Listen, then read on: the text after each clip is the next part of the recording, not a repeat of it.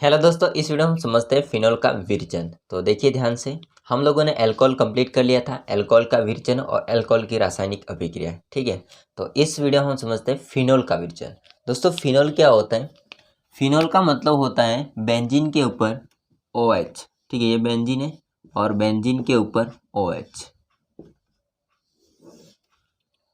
इसका हमको बनाना है, फिनोल को बनाना है। ठीक है, तो फिनोल का अगर सामान्य सूत्र की बात करें तो सामान्य सूत्र इसका हो जाएगा ArOH। AR का मतलब होता है एरिन और एरिन का मतलब होता है बेंजीन और OH मतलब अल्कोहल। तो अगर बेंजीन के ऊपर OH है तो उसे हम क्या कहते हैं? फिनोल कहते हैं। देखिए ध्यान से, विरचन की विधि में सबसे पहली जो अभिक्रिया या विधि का नाम है वो है हैलोएरिनोस से। हैलोएरिन से बनाएंगे हम लोग। हैलोएरिन क्या होते हैं? तो आपका जो बेंजीन होता है इस पर यदि हैलोजन कम जुड़ा होता है तो उसको हम बोलते हैं हैलोएरिन। ठीक है, तो ये है अपना बेंजीन। इस बेंजीन के ऊपर क्या जुड़ा हुआ है? Cl। तो इसे हम क्या कहते हैं? हैलोएरिन। इस हैलोएरिन की अभिक्रिया NaOH से करवाते हैं। NaOH मात्रा में लेंगे 10%। इसकी अभिक्रिया हम लोग करवाते हैं। यहाँ पर तापमान लिखा है 623 केल्विन तापमान एंड साथ में इसको 300 वायुमंडलीय दाब पर ATM एटमॉस्फेयर दाब पर गर्म करेंगे। ठीक है, ये है आपका क्लोरोबेंजीन। इसमें क्या होता है? इसमें आपका Cl और इसमें आपका H, ये बाहर निकाल जाते हैं HCl के फॉर्म में। बाकी बचा हुआ है ONA, तो ये बेंजीन के ऊपर जुड़ जाता है। बेंजीन के ऊपर कौन जुड़ेगा? आपका ONA, जिसमें दोस्तों ऑक्सीजन के ऊपर माइनस चार्ज होता है और Na के ऊपर प्लस चार्ज होता है। ये बना है सोडियम फिनॉक्साइड, इसको बोलते हैं सोडियम फिनॉक्साइड। फिनॉल नहीं बना, अभी फिनॉक्साइड बना हुआ है। फिर हम क्या करते हैं? सोडियम फिनॉक्साइड की अभिक्रिया किसी तनु अम्ल के साथ में करवाते हैं। तनु अम्ल की जगह पर हम लेते हैं HCl। ठीक है, अब तो बहुत आसान है। यहाँ से आपका Na होता है वो इस Cl को लेकर के अलग हो जाएगा NaCl के फॉर्म में, और बाकी H होगा वो इस ऑक्सीजन के साथ में जुड़ जाएगा और बेंजीन के ऊपर कौन सा समूह आ जाएगा? OH समूह, और इसी को हम क्या बोलते हैं? फिनॉल। ये क्या बन गया आपका? फिनॉल। ठीक है, तो इस प्रकार से फिनॉल का विरचन हो जाता है। बाहर आपका निकल गया है -NaCl। ठीक है, आ रही बात समझ में? बहुत आसान रिएक्शन थी। हैलोएरिन से हमको बनाना था फिनॉल। वापस समझ लीजिए एक बार। क्लोरोबेंजीन होता है, इसकी अभिक्रिया सोडियम हाइड्रोक्साइड से करवाते हैं। 10% मात्रा में लेंगे, जिसमें से H होगा वो Cl बाहर निकल जाएगा। फिर दोस्तों हमको मिलेगा सोडियम फिनॉक्साइड। ये सोडियम फिनॉक्साइड होता है, इसकी तनु अम्ल के साथ में अभिक्रिया करवाते हैं तो फिर यहाँ पर एक लवण बाहर निकल जाता है और हमको मिल जाता है फिनॉल। बेंजीन के ऊपर OH समूह फिनॉल कहते हैं और इसी को हम लोग इस वीडियो में समझेंगे, इसका निर्माण। ठीक है, डेफिनेशन को पढ़िए। 623 केल्विन ताप व लगभग 300 वायुमंडलीय दाब पर क्लोरोबेंजीन को सोडियम हाइड्रोक्साइड NaOH के साथ संकलित करते हैं तो सोडियम फिनॉक्साइड बनता है, जिसकी तनु अम्ल से क्रिया कराने पर फिनॉल बनता है। ओके, स्क्रीनशॉट ले लीजिए। दोस्तों विरचन की सेकेंड अभिक्रिया का नाम है बेंजीन डाइएज़ोनियम लवण से। दोस्तों बेंजीन डाइएज़ोनियम लवण होता है, इसमें बेंजीन डाइएज़ोनियम क्लोराइड एक लवण होगा और इसको शॉर्ट में हम कहते हैं BDC। क्या कहते हैं इसको? BDC। इसकी फुल फॉर्म हो जाएगी बेंजीन डाइएज़ोनियम क्लोराइड। तो हालांकि एक लवण होता है BDC, बेंजीन डाइएज़ोनियम क्लोराइड। तो पहले मैं आपको समझाता हूँ कि बीडीसी का निर्माण कैसे होता है और उसके बाद में उसकी सहायता से हम लोग बनाएंगे फिनॉल। क्या बनाएंगे? फिनॉल। तो पहले आप लोग समझिए बीडीसी का निर्माण। बीडीसी का निर्माण कैसे होता है, इसके बाद हम समझेंगे फिनॉल का निर्माण कैसे होता है। तो हालांकि ये अभिक्रिया थोड़ी बड़ी है, देखिए ध्यान से। बीडीसी के निर्माण के लिए हम एक नॉर्मल सा बेंजीन लेते हैं और इस बेंजीन की अभिक्रिया दोस्तों हम लोग करवाते हैं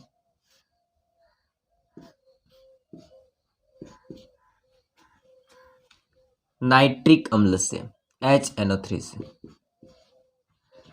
ठीक है, तो नाइट्रिक जो अम्ल होता है दोस्तों, ये हमको देता है NO2 समूह, बट ये सांद्र लेंगे, ध्यान रखना। और ये उपस्थिति होनी चाहिए सांद्र सल्फ्यूरिक अम्ल H2SO4 की उपस्थिति होनी चाहिए। बहुत आसान है, ध्यान से समझना। बेंजीन की अभिक्रिया नाइट्रिक अम्ल, सांद्र नाइट्रिक अम्ल से करवाते हैं तो ये हमको देता है HNO3 NO2 समूह। NO2 समूह होता है वो बेंजीन से जुड़ जाएगा, तो यहाँ पर बन जाएगा बेंजीन के ऊपर NO2, जिसको हम बोलते हैं नाइट्रो बेंजीन। नाइट्रो समूह जुड़ जाएगा तो क्या बन जाएगा? Nitro benzene. दोस्तों इस नाइट्रो बेंजीन की वापस हम अभिक्रिया करवाते हैं। इसकी अभिक्रिया दोस्तों टीन और HCl के मिश्रण की उपस्थिति में हम अपचयन करवाएंगे। क्या करवाते हैं? अपचयन करवाते हैं। और अपचयन में आपको पता है क्या जुड़ता है? हाइड्रोजन जुड़ता है। तो यहाँ पर नाइट्रोबेंजीन है, ये वाला वापस लिया मैंने। नाइट्रोबेंजीन में जो ऑक्सीजन है उसको बाहर निकाल देंगे और इसका अपचयन होगा टीन और HCl की प्रेजेंस में। तो क्या होगा? तो यहाँ पर N था, उसके साथ में H2 जुड़ जाएगा, तो क्या हो जाएगा? NH2। और इसको कहते हैं दोस्तों एनिलीन। क्या कहते हैं इसको? एनिलीन कहते हैं। आ रही है बात समझे दोस्तों? इस एनिलीन होता है, इसकी अभिक्रिया हम लोग करवाते हैं किसी नाइट्रस अम्ल की उपस्थिति में। नाइट्रस अम्ल ये रहा, ठीक है, यहाँ पर लिखा हुआ है एनिलीन होता है इसका नाइट्रस अम्ल। नाइट्रस अम्ल के रूप में हम ले सकते हैं जलीय NaNO2 प्लस HCl। तो जलीय NaNO2 और प्लस HCl, यह नाइट्रस अम्ल। ठीक है, और तापमान लगभग हम लेंगे 273 केल्विन से लगा करके 278 केल्विन तापमान। ठीक है, यहाँ से क्या होगा समझना ध्यान से। H2 होता है वो हट जाएगा और यहाँ से Cl और यहाँ से N होता है इसके साथ में जुड़ जाएगा और फाइनली आपका बनेगा BDC। बेंजीन होता है, इस बेंजीन के ऊपर दोस्तों N2 और एक Cl आ जाएगा। ठीक है, और इसी को हम बोलते हैं BDC।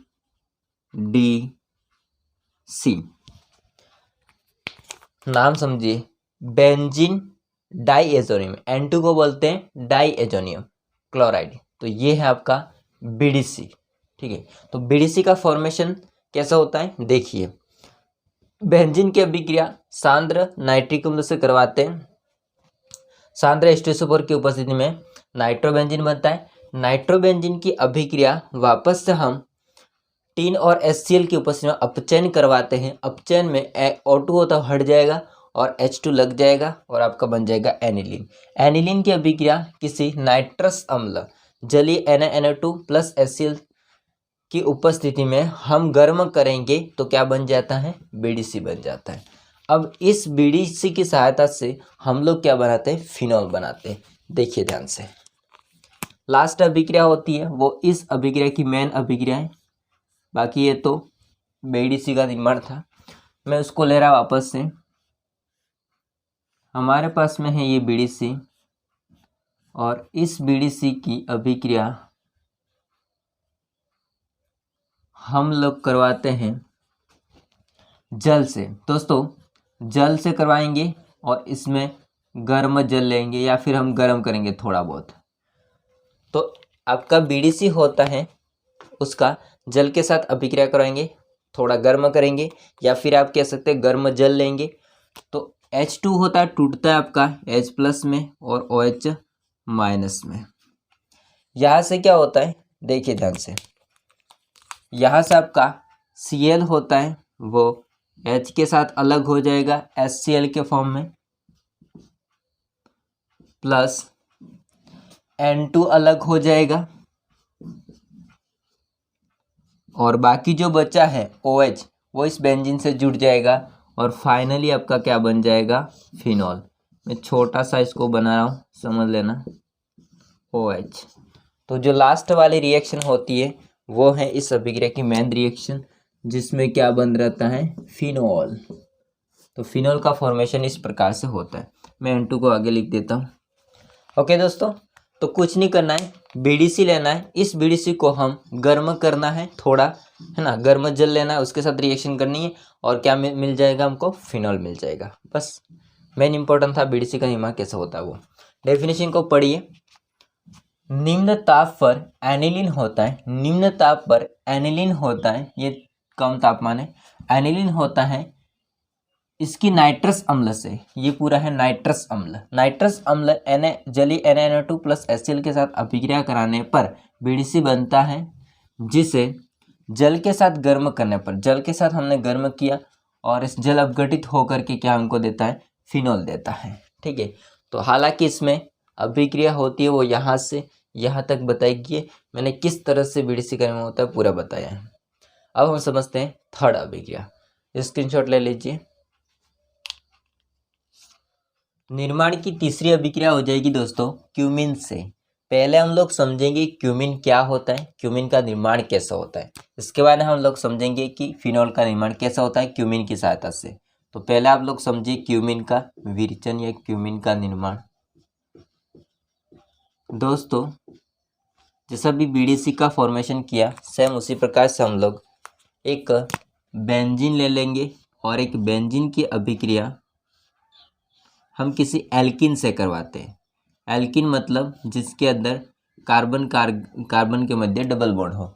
तो सही नॉर्मल बेंजीन होता है, बट इसके प्रत्येक कोने में एक हाइड्रोजन और कार्बन होता है। ठीक है, उसके साथ कार्बन के साथ में लगा हुआ हाइड्रोजन होता है। सब हाइड्रोजन को दिखाने की जरूरत नहीं, हम एक दिखा देते। तो ये आपका नॉर्मल बेंजीन है।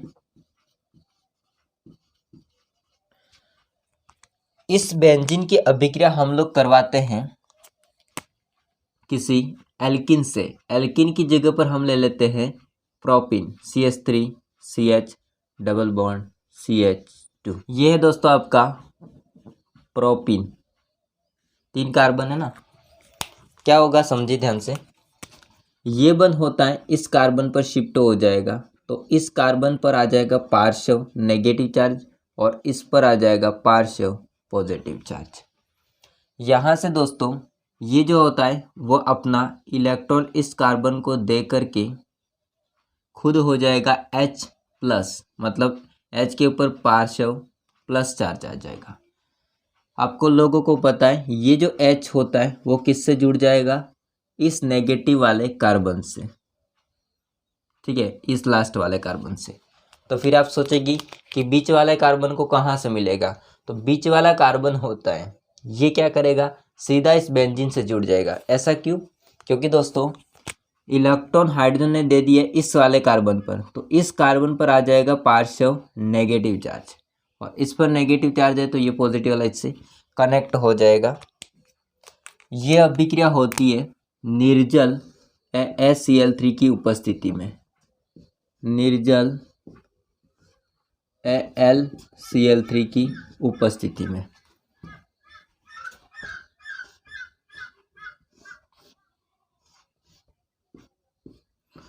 बेंजीन के ऊपर क्या हो जाएगा, ये पूरा जुड़ जाएगा, CH3 CH मेन जुड़ेगा।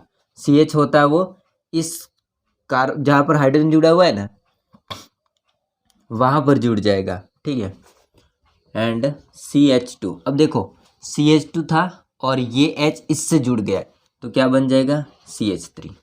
दोस्तों यही है आपका प्यारा सा क्यूमिन।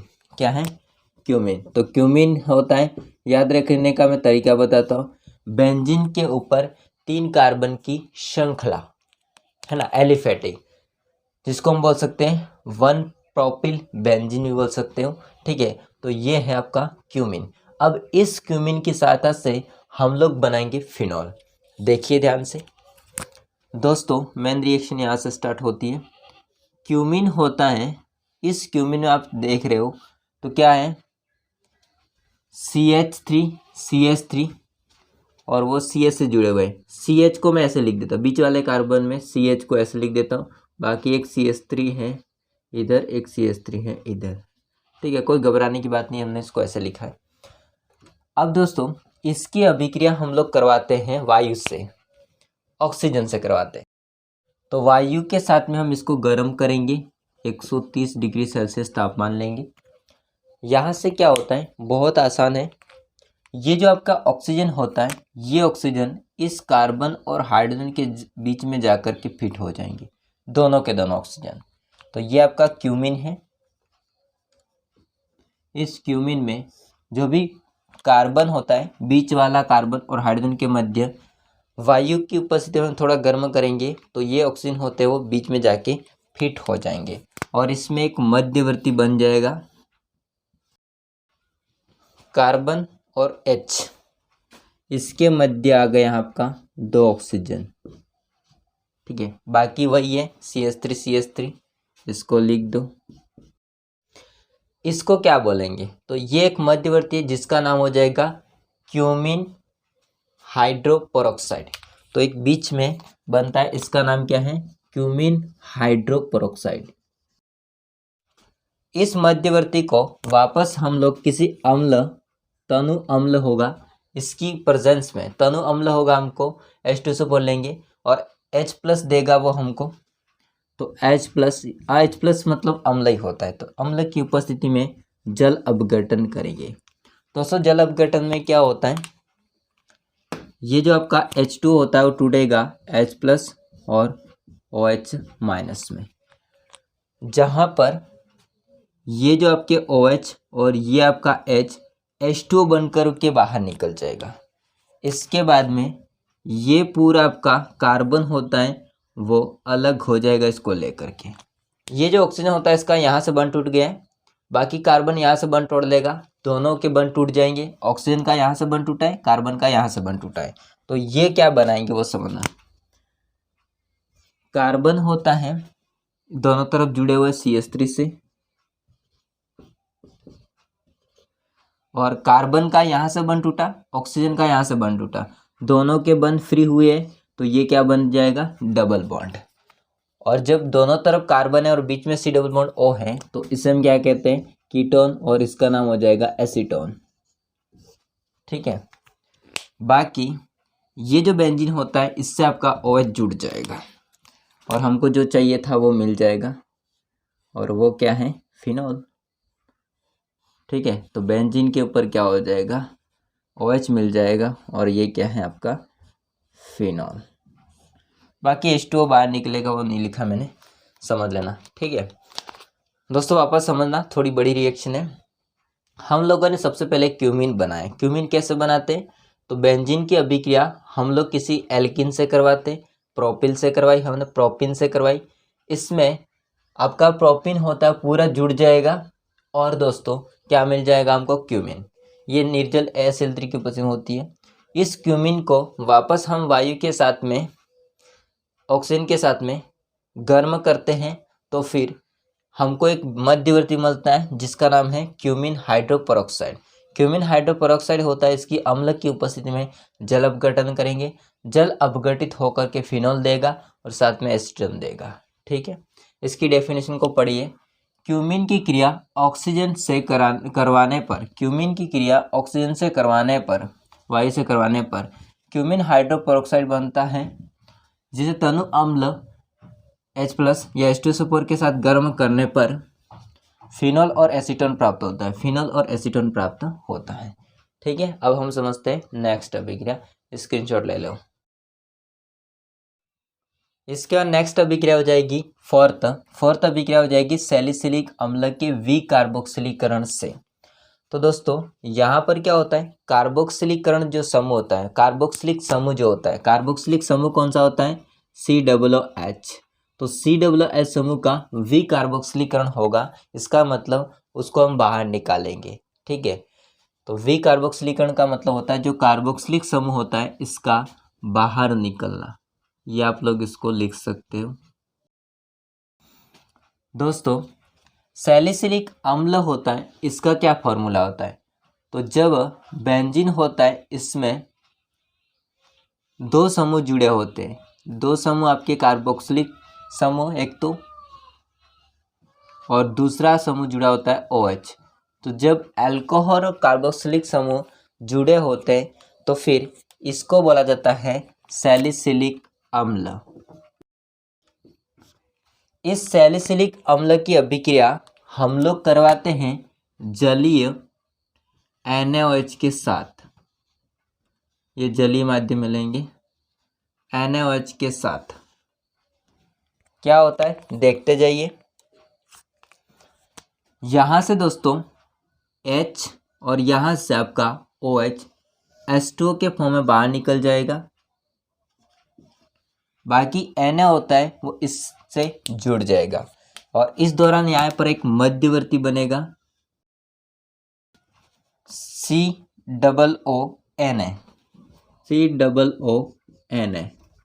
ये मध्यवर्ती बनेगा। इसको बोलेंगे दोस्तों सोडियम सैलिसिलेट। इसको वापस लेंगे हम लोग। सोडियम सैलिसिलेट होता है, इसको सोडा लाइम के साथ में गर्म करेंगे तो हमको क्या देगा, फिनॉल देगा। सोडियम जो आपका सैलिसिलेट होता है इसको सोडा लाइम के साथ में गर्म करेंगे। सोडा लाइम क्या होता है, तो इसमें एक तो क्षार लेंगे NaOH और उसके साथ में होता है CaO, इसको बोला जाता है सोडा लाइम। ठीक है, इसके साथ में हम क्या करेंगे, गरम करेंगे, डेल्टाइट करेंगे। यहाँ से कौन कौन क्या निकलेगा आप समझते जाइए। दोस्तों यहाँ पर Na होता है वो आपका इस Na और COO और वो, मतलब कि हम कह सकते हैं ये पूरा आपका पोर्शन बाहर निकल जाएगा। देखिए ध्यान से Na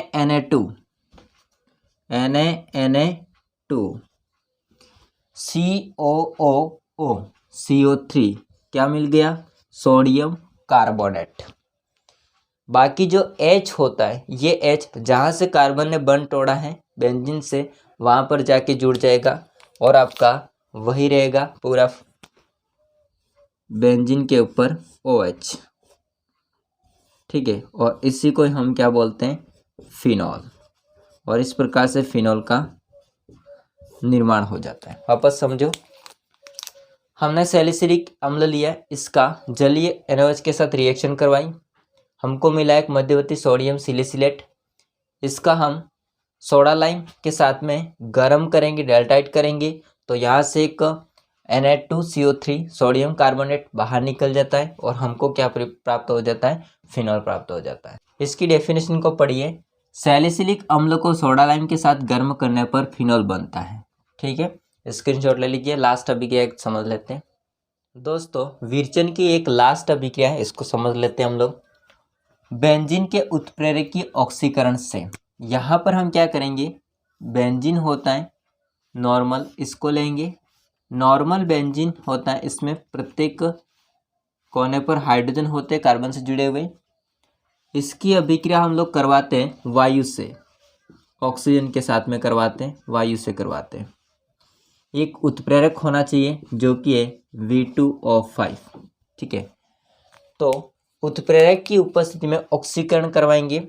इसमें कुछ नहीं करना आप लोगों को, ये जो आपका ऑक्सीजन होता है इसको हाइड्रोजन के साथ में अटैच करवा दो, जोड़ दो ऑक्सीजन को, क्योंकि ऑक्सीकरण का मतलब ये होता है ऑक्सीजन को जोड़ना।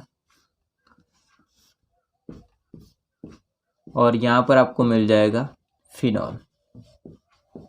क्या मिल जाएगा, फिनॉल। ठीक है, बहुत सरल अभिक्रिया है। ये है आपकी बेंजीन।